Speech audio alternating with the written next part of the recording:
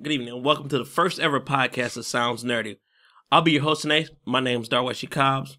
With me, I got to my left, Charles Pinckney, and to my right, I got Jamocha Cobbs. We're all going to be your hosts tonight. We're going to talk about some tech. We're three guys trying to make tech sound cool. First of all, you can follow us at Sounds Nerdy. You can follow Charles at Pinckney Char on Twitter. You can follow me at The Real Weshi Cobbs at Twitter. SN Jamocha on Twitter. Yeah, and please follow all of us at Twitter and like all the videos. We just posted a new video of the S6 unboxing. Make sure you follow it, like us on Twitter. Thank you very much. First of all, tonight we're going to get into the Nintendo. They just made a huge announcement tonight, last week. They talking about they had a Nintendo Direct. Also, they partnered with a new company. Not a new company. They made a new partnership with a company called DNA. Let's get into that a little bit. So, DNA is a mobile developer, and they're going to be working with Nintendo to not only develop mobile games, so your iPhones, Android phones, and iPads and Android tablets. They're going to be working with them to create a cohesive web service or cohesive store front, basically. So, right, so they're going to link all of their devices together. So your Nintendo Wii, the Wii U, well, probably starting with your Wii U, your DS, and the new console they also announced. So all those services are going to be united and cohesive like you see on your Xbox, your Xbox Live stuff.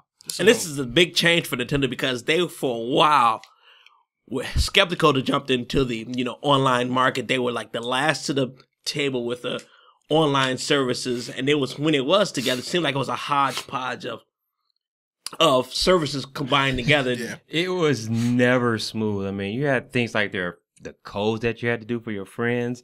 It was so clunky. Yeah, sharing friend codes was a nightmare. It was terrible. Yeah, I didn't like that at all. Didn't like it. So I'm glad to see that they recognized that was a weakness of theirs and partnered with somebody else who's actually strong in that market. So that should really help them a lot. And also, Nintendo was also was afraid to get into the mobile space. Their stockholders had to actually push them into, telling them that now is the time for us to actually look into the mobile market. But understand their hesitation to get into the mobile space because being a very traditional Japanese company, you want to hold your IPs close to your vest, and you don't want to cheapen the thrill of or the feel of it by licensing it out to every single developer out there. It was good that they made a partnership with one company to handle this. Yeah, and I don't think you're going to see their core IPs on mobile devices. You're not going to see like a Mario side scroller, on your Android tablet, stuff like that. They're probably going to go a new direction with how they're going to handle their games and stuff like that. Right, I fully expect them to actually, make something more tailored towards the mobile market. Like you said, you're not going to see any watered down versions. They already said that they're not going to just port over existing games. They're going to build new IPs, new games from the ground up for the mobile market. So looking forward to that. Should be exciting. And hopefully they do utilize a Mario. It doesn't have to be a side-scrolling Mario, but just a Mario game or a Zelda or something in some capacity on the mobile phone. I don't want to see a Mario Temple Run, though. I can tell you that right now. Right. I don't want to see Mario jumping through Temple Runs trying to get coins and look for Koopas and stuff like that. No. I'm almost positive Nintendo's smarter than that. And they'll be doing most of the development anyway, and I think Nintendo is a brilliant developer. Like, they're constantly the top.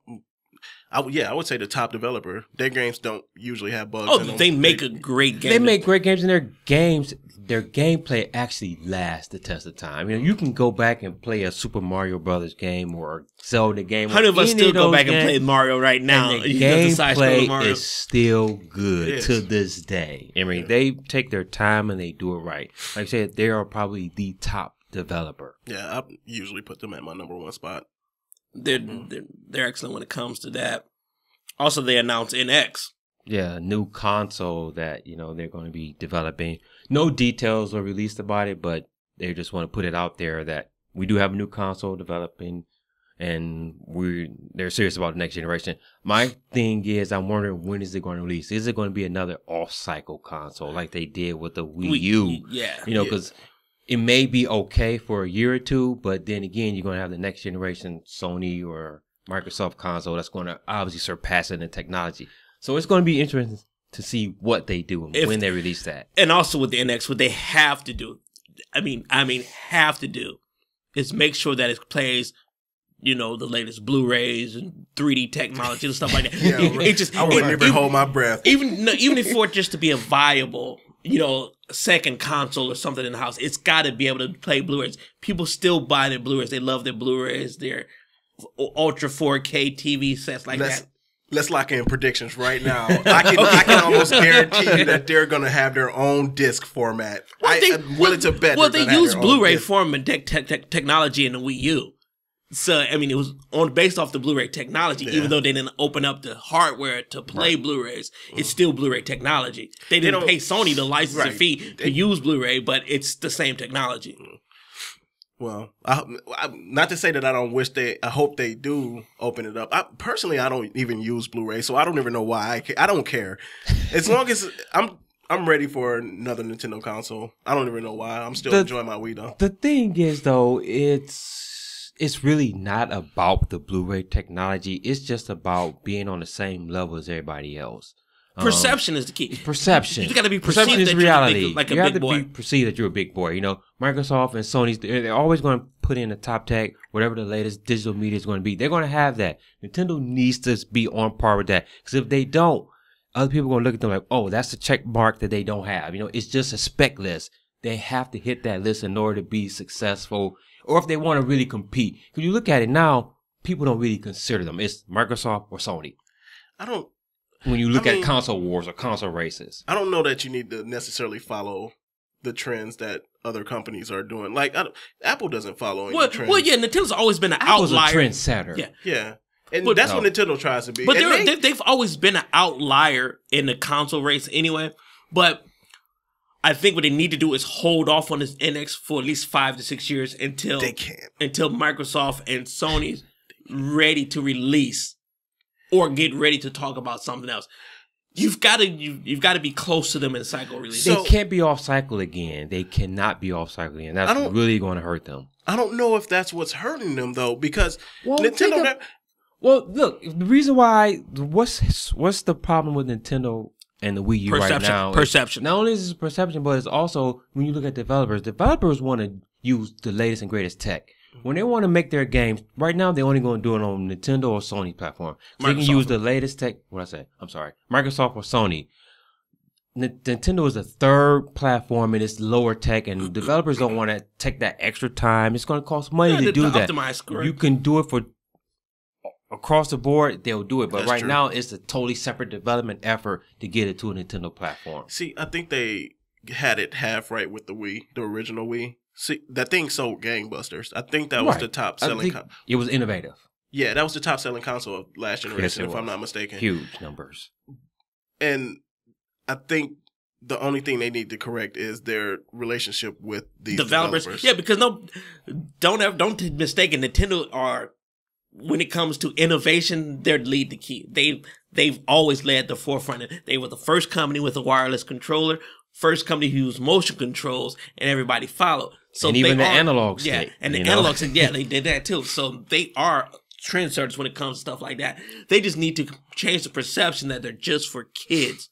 And so developers will take that risk to say, I'm not just going to make it for kids. Because the Wii U had a ton of games, but it was all shovelware. It was all crap. It was crap. But I also think Nintendo is also a victim of their own success as well, because true that. On their console, the best games are usually the games developed by Nintendo. And other developers can't really match Nintendo's quality. So I think Nintendo has become a victim of success. And it started way back, and it's just continued until today. But that's also another thing that they have to try to battle over. And some of their crazy policies from back in the day bit them in the ass, too. Like, they used to, I think it was Konami who had to make up a whole nother company just so they can publish more Nintendo games. Like, Nintendo had a rule set where you can only publish so many games within a year. Mm-hmm. And Konami had to make a whole nother company. And I forgot the name of the company, but they had to make a whole nother, I think it was Ultrasoft, maybe? Yeah, that sounds about right. But they had to make a whole nother company and that just burned a lot of people. Like, it burned a lot of people. But back then when you were the only boy in town, if you brought the ball to the table and you wanted to go home, you took it, and everybody was stuck left there. But now there's other players in the game, and they have to change their relationship with the developers now because they have not done a good job at that. You know, I think another thing also was the fact that when the PlayStation came out, the original PlayStation, they moved to a disc-based format. Nintendo was still on those ROM-based format, the cartridges, and a lot of developers were really sour on that end. That kind of hurt them as well. That was supposed to have been Nintendo's console. Well, right, the original PlayStation, but and then Nintendo failed through. Right, had little issues. So then Sony said, "I'm just going to make my own." What's funny is they pulled that move at the last minute. Like Sony, I think Sony was surprised when Nintendo said that they were going a different direction on stage. They put that at the last minute. But yeah. I hope they get it together. I hope they figure it. I like their craziness. I hope they stay crazy. Let's talk about their web services that they're trying to finally implement, going with DNA. I think it was a long time coming. Why not? It just makes sense. Like when I buy an iPad game, it can scale down to an iPhone. Right. And you expect it to work across all platforms now. Like nowadays, the consumers got into the idea, if I buy it on one thing, it should work on everything. Mm-hmm. You're right. I mean, like I said, on my Android devices, I buy a game on one device, I can download it to another device. You know, I have one ID that works across all of them. You know, finally Nintendo realized that and finally stepped up and did something about that. That was a long time coming. It was a long time coming. Smart. Let's talk a little bit about this relationship between Nintendo and DNA and how it came to fruition. You know, apparently DNA actually approached Nintendo about 5 years ago, asked them to do a collaboration, but Nintendo, wasn't ready at that time, but they kept in talks with them until, this year when they finally decided to release something. So it was interesting that that DNA approached Nintendo and Nintendo, listen. Finally. So. Yeah. Let's also shift gears. Also, what Nintendo recently had was their Nintendo Direct event.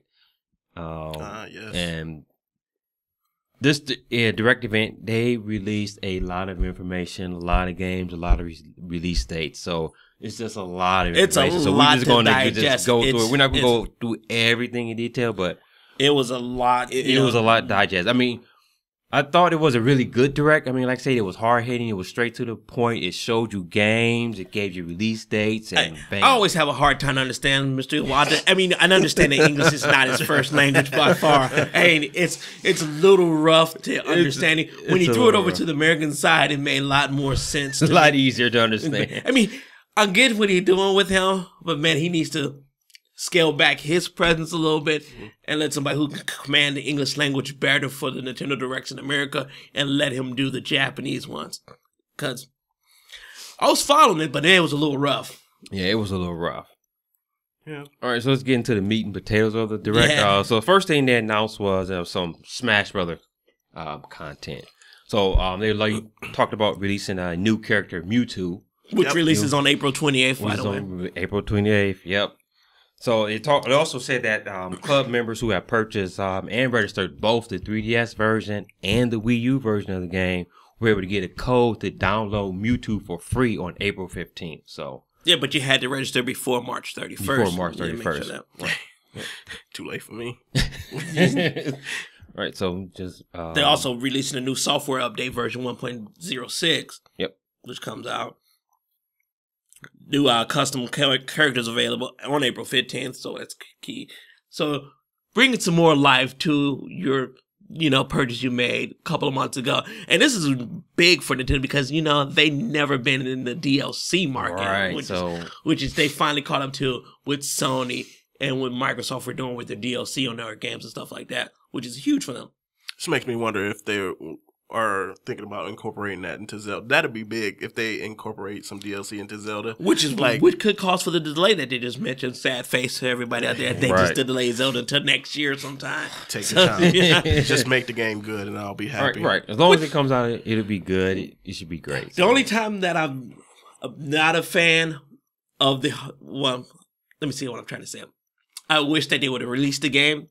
And the only time I'm a fan of the big hard drive is because they could have released Zelda and then patch it later. I'm normally not a fan of releasing a half-ass game and then patch it up later. No. But that's never been Nintendo's That's their thing. old style. They're stuck in the old ways. Yes, they are. That's why they're good. That's why they remain good, because they don't do that let EA stick to that. That's their game. That's their ball. Putting broke games out and then we love you, EA. Don't get us wrong. We love you. We love you. But yeah. But day one, you got to get better though. These day one patches for games, it's killing us, man. Make sure you're down. You're killing me, Smalls. You're killing me. Yep. And also released another character, Lucas. You know, that's going to be another character that you can will be available for download for the Super Smash Brothers. They also have this balloting thing, so they want to ask the customers, "Who do you want to see in Super Smash Brothers?" I think that's a pretty good idea. Nintendo's finally starting to reach back out to the consumers, like, okay, what do you want? Which characters would you guys like to see out there? Nintendo characters that I haven't seen. I don't think it necessarily has to be from the Nintendo world. Oh, not from Nintendo. They got. I've always wanted to see Sonic. I was thinking Sonic would be a nice one to have. Well, he's in there. Sonic is in the game. Okay, right. I'm saying like previous games. I used to wish Sonic was in there, and they actually did put him in there. I wish they put Snake back in there. I don't know. I know that contract probably ran out, but I would like to see Snake make his way back in there. Been there, done that. How about something like a little bit out left field? Like let's say Let's say like Chewbacca. I mean, we've seen Yoda done. We've seen Darth Vader done. Especially in the Soul Calibur universe. Right, they actually, Nintendo let Link be in a Soul Calibur game. So, there's a little bit there. I would say, like a Chewbacca. Jar Jar Binks, my favorite character in the Star Wars universe, which nobody want to see. I would like to see some PlayStation characters. Crash Bandicoot. I would like to see like he would fit. He would fit in that universe. See, Master Chief would not fit in that universe. He has a gun that goes against everything Nintendo stands for. There's a couple of characters that shoot guns. From Star Fox. Star Fox, you're right. Star Fox. And then also, I can't get it right. The guy from Resident Evil was in there shooting the gun. He was in somebody from Resident Evil was in Super Smash Brothers? I think Leon? Oh, no. I don't remember anybody from Resident Evil ever being in Super Somebody Smash had Brothers. a gun. Snake. Was it Snake? It might have been Snake. Okay. That's what I'm thinking. Somebody had a gun in the universe, and they were playing in the game. So. Nintendo can make it work. They can make a Master Chief work. It'll never happen, though. Yeah. Microsoft. It never is going to happen. That's never going to happen. They're more likely taking a rare character and making Banjo. Banjo-Kazooie, yeah. How about a Conker? Conker. Oh. Just cussing. He can swing his nuts. Just have to just censor him all throughout the game. Just have a censor cloud over him the whole time. Right. That would be funny. And also, they released a new Amiibo characters, which are pretty cool. That's coming out now. The Splatoon? Are you talking about the Splatoon? No, Amiibo characters that they're talking about. Mewtwo and Lucas in the future. Amiibos. Right. Then they show some other ones down the line as well. Yeah. Splatoon. They got some Splatoon. They also have Splatoon ones, but they come in a pack. They come in a pack. You can't buy them separately. Yep. They also have released this new thing to talk about Amiibo Tap, where you take these Amiibo characters and you tap them on the gamepad, and you can get the sample classic Nintendo game. Yeah, I like that. And it's just a random thing. So I thought it was pretty cool. It's not the full game, but it's just like a sample enough to or demo so that it. you want to go back and play it again. But I'm sorry, I've bought Metroid, the original Zelda, and the regular Super Mario Brothers 10 times. Right. I can't give you any more of my money than this. I'm sorry. Bought them too many times. See, every single console I've bought them. Here's the thing. They keep giving me different ways to play them. So, so now you're going to have to buy them again on a mobile phone. Right. So if they were to put, if they were to put them on mobile phones and do it right, or do it in a way that made it comfortable to play, I would play them. But they came to the Wii. That was just a different way to play them, just with your Wii sideways. Yep. The Wii U, you can play them on the gamepad. Yep. Somebody else is watching TV. So they've given me good reasons to buy them over and over again. Yeah, so that Amiibo Tap is available for free sometime this spring. So that's good. I got a few Amiibo. Yep. They also released to celebrate the 30th anniversary of Mario game.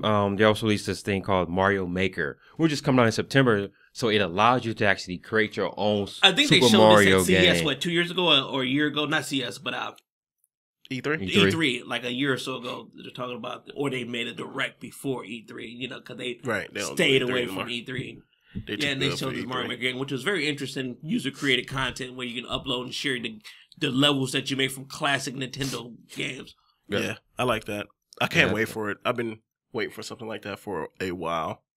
It's also pretty cool idea that they're coming out with is that Yoshi's Woolly World with the wool, with the with the yarn amiibos. They're like plush. The yarn, the amiibo. That amiibo looks pretty cool. It looks pretty plush. It looks sweet. I'll go get one day one. Yeah, I just want one of the amiibos that's so cute and cuddly. Get to see Yoshi as a yarn ball. It's pretty awesome. I think that's pretty sweet. Yep. And they also released like a whole lot of other shows footage of a whole lot of other games like Xenoblade Chronicles.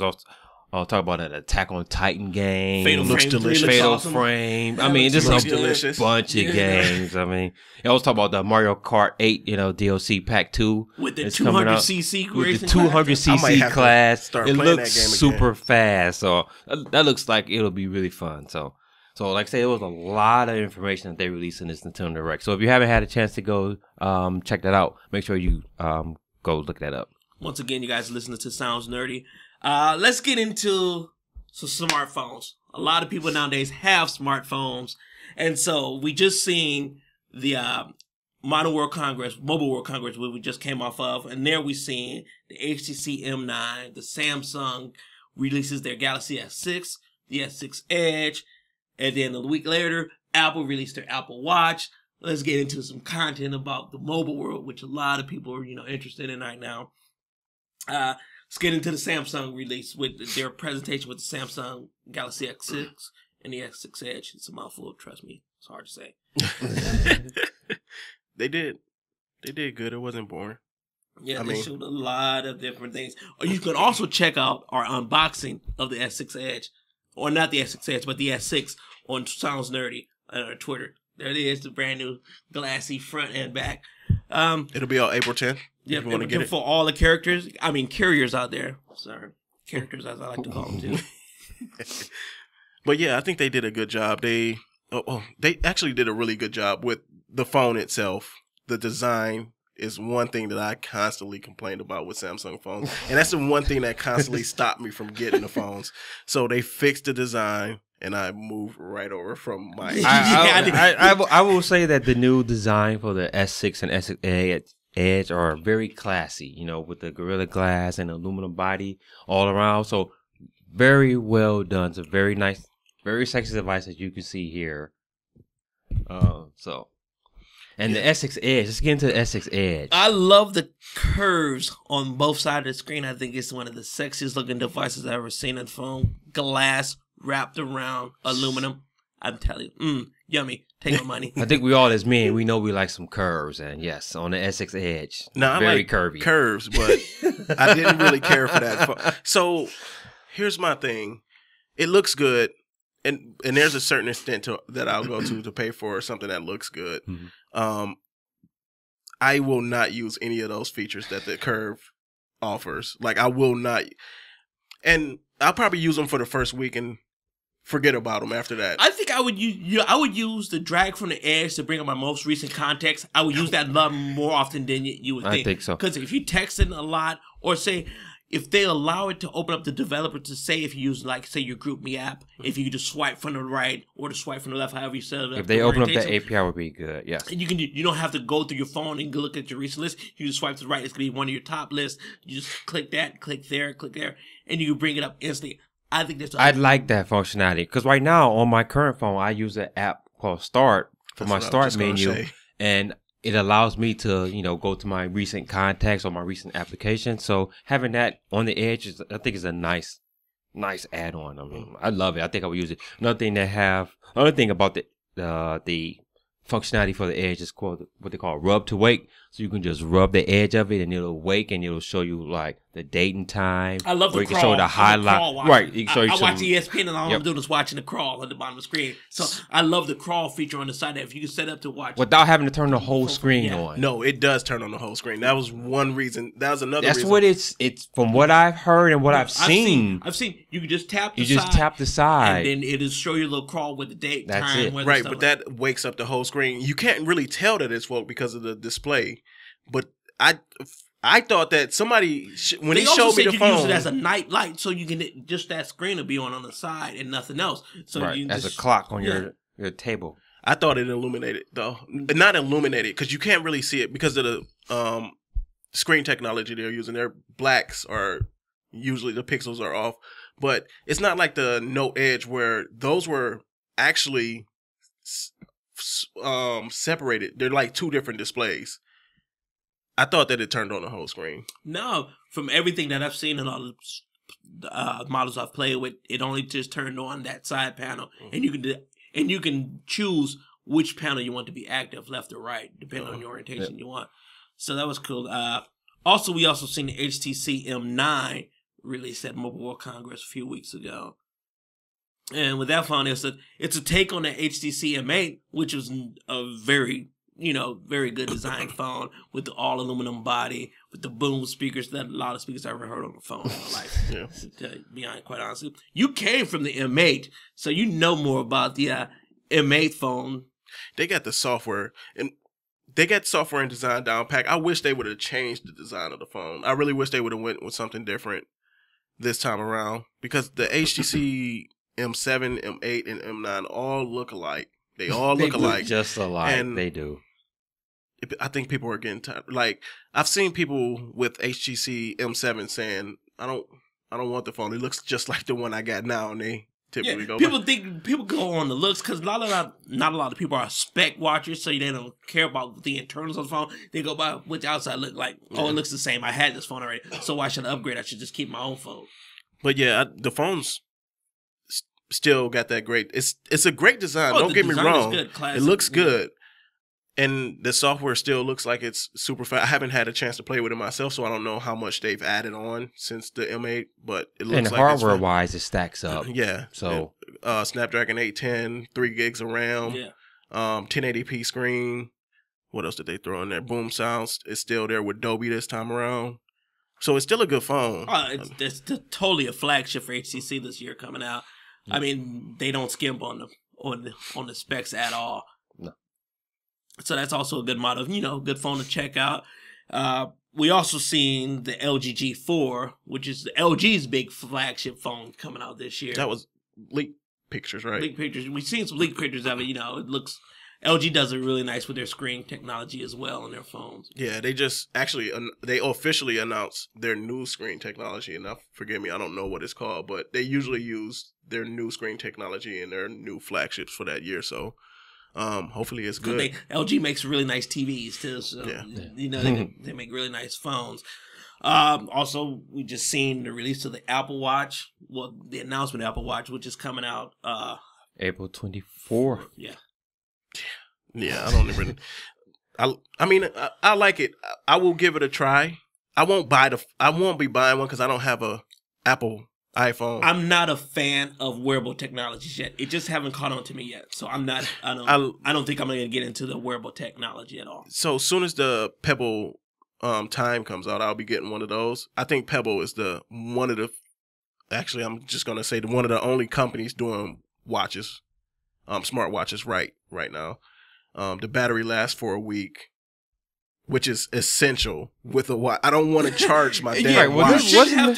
Wasn't that something about the Apple Watch only has like 18 hours of battery life? That's the same as all of them. Right, and that's like you have to charge that every day. And it's a watch. First and foremost, it's a watch. I shouldn't have to worry about the battery life. I want to charge it once a week or so. I shouldn't have to worry about plugging it in every night before I go to bed. So I think they need to, I don't know if they can't do anything about it at this point, but that's probably the one flaw with some of these wearables. But I still think that Apple entering into the wearable market is it makes sense, and everybody else needs to, pay attention because it's Apple. Apple creates markets. Like, there was never a tablet market. There was an iPad market.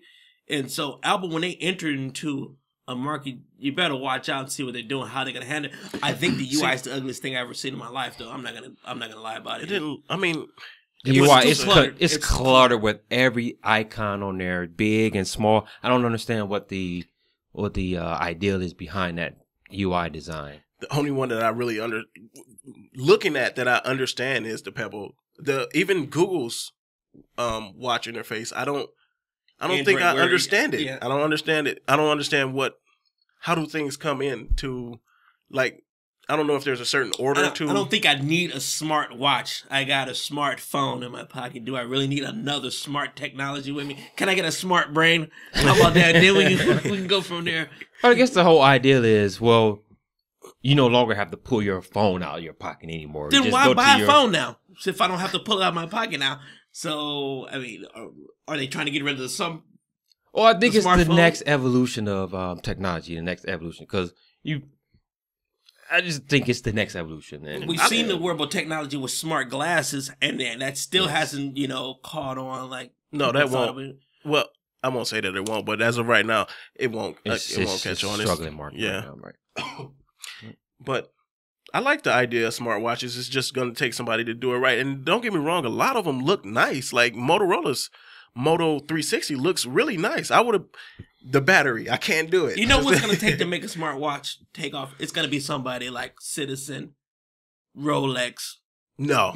I don't know. But I think they'll do the watch itself, but it needs smart technology, and I think a technology company will be better at doing that.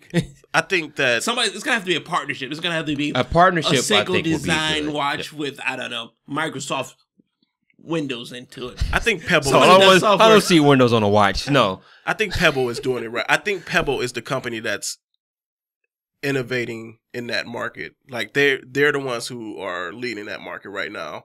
And not to say that somebody can't come and take it away from them real quick, because technology moves pretty fast and it happens all the time. Yeah. But if I had to pick somebody right now, it would be Pebble. They're doing it right. Yeah. Wearable technology is something we're going to have to watch out for in the future and see how it takes off from here and then. Also, let's get into the GTA 5 PC screens leak of the 60 frames per second. On the PC, I seen a trailer for this thing, and let me tell you, it looked amazing. It made me want to play Grand Theft Auto 5 again. There's a trailer? 3 times. Yeah, they showed it. Well, it was a gameplay showing 60 frames per second, and it looked awesome. Yeah. I mean, it looks awesome on the PS4 and the Xbox One. Yeah, this 1080p 60 frames per second. I don't know what frame. I think it's 30 frames per second on 30. the consoles, yeah. All right.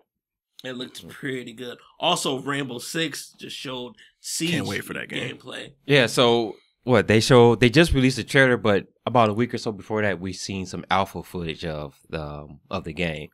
Somebody was in on the alpha of the game, and they put some footage of the game out there on the internet. Gameplay looks really interesting. Looks really good. First off, I'm gonna talk about the graphics. Really bright, colorful game. Actually, I like the look of that. A lot of colors make it pop. Also, what we saw in the alpha footage was they showed a map of the airplane. Mm-hmm. Yeah, it was a plane level. It was a plane level, right? And they were showing how you could put up little barriers or put up walls and how you tear them down real quick. So I thought it was pretty cool. So I think in this mode they were having to rescue hostages or defend hostages. So it looks pretty sweet. I can't wait for that game to come out. Yeah, I like the permadeath in that game. So if you die, you're just dead. Permadeath, I don't know. That seems kind of harsh for me. Well, for that round, yeah. Well, you're just dead for that round. Yeah. Like the next round, of course, you'll come back. But I like that idea. I like that it's a little bit slower pace. Yeah, not like the Call of Duties or Titanfalls, right? I'm like, these kids is getting too these kids are good. Also, let's talk about Sony buying OnLive Tech. Yeah, so OnLive, we know it's been around for a few years, but obviously they struggled to make it to the mainstream. Right, they didn't really. It's one of those technologies and one of those companies that was ahead of their time. They were. They were ahead of their time, big time. And Sony is buying them out. So what Sony is buying them for is for their patents right now. We already know Sony has OnLive technology with Gaikai, but right now I think they just want to just grab all those patents from them and utilize them, down later on. And I've used both services pretty extensively, and I can tell you that OnLive's service is really, really good. Like, if you got a good connection speed, the latency, you probably won't notice it. The normal person won't notice it. Right, I think when OnLive really came out, we didn't really have this much bandwidth as we do today. Yeah. So they need to open up the bandwidth more, for the average users at home. these cable companies, these internet providers, they have a that's vice a grip whole on it. podcast in itself. That's something we have to get into at a a later date. But in general, we need more bandwidth to play better go online gaming. Right.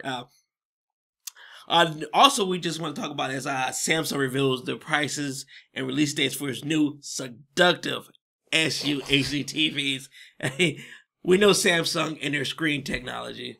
Let's talk about the JS9500, which is the curved SHUDC HD TV. They start at $6,499. Man, and it's set to arrive later this month. Right, that's like almost a nice, decent little used car that you can go ride in. Used car. You can get a really good used car right. for $7,000. I'm about to start a business with that money. Right, But curved display, I do want to. I think the next TV I will buy probably will be a curved display. I don't know. I'm not in the market for a TV right now, so I don't know. I'm actually in the market for a 4K TV, but not for another year and a 4K. half at least. I'm waiting for more content to come down the pipeline. Content is a whole nother. That's a whole nother. We have to. I mean, that's a whole nother podcast for content because right now we got to get some content out there for me to justify buying a curved right 4K now TV. I can't do it. It'll come. The content will come fast. I don't know. We still haven't got 1080p content. 1080p is everywhere. It's everywhere, but not on it. Like through your cable company, you won't get it that often. Yeah. I mean, if you get on the air, local broadcast, you get 1080p. But like your HBO and stuff, it's not all in 1080p. I think cable's dying. Well, cable don't have the. Again, that's a whole nother issue. He was trying to cut the cord too, but that's a whole nother issue. And let's just talk about the quick two more models that he came out with. The J9100 series only comes in the 78-inch TV. That's so $10,000. So you make sure you got a big room to put that thing in. First of all, if anybody out there grabs one of those TVs, I want to know. I'm gonna come over. I'm gonna watch it. And also the JS8500 series, which runs at $3,000 for a 55-inch TV. Not a bad price for a 55-inch. I mean, the prices will come down, in the future, right? Yeah. And they also released a lower end models as well, which started at about $1,000. So that's right in the ballpark for most people to get into the market. $1,000 for a 4K TV, especially when those refund checks start coming out, people get those taxes back. They're gonna run up, suck those TVs up. Good price point be around that price there. So. Fun fact, I don't know if you guys knew this. Netflix offers 4K content now. Well, and DirecTV is also working on it. So it's just a matter of... I think we'll see it. Okay, providers are working on it, but let's see about the content creators. Are they willing to, invest into the 4K cameras? You talk about YouTubers? There are YouTubers already. Well, YouTubers are doing it, but I'm talking about like the movie houses and stuff like that. It's Fox 21st Century were willing to invest 4K technology to put them in the movies and to put them on the Blu-ray, to put them on the Netflix and stuff like that. That's the big key when it comes to technology. The cameras that they use now are pretty sophisticated. I think the cameras a film company is going to film at the highest resolution they can, and it's always going to be at 30 frames per second, no matter what. That's just normal for film. I doubt that they bump that up any. But we'll see. We'll see. It's interesting to watch out. Keep an lookout for these new camera technology and stuff like that. And these TVs, that's hopefully the content comes out there. We get on them. And, we make it, we as users and consumers, make the push that we get better content so that we can take advantage of these nice looking displays and stuff out there. I will say that the technology is moving a little bit faster than people can make content. That is true. That is so true. We want to thank you guys for watching the very first podcast of Sounds Nerdy. Out of all the shows we've ever done, this is the most recent. Please like us on Twitter. Check us out later. Bye. Subscribe on Facebook. Peace out.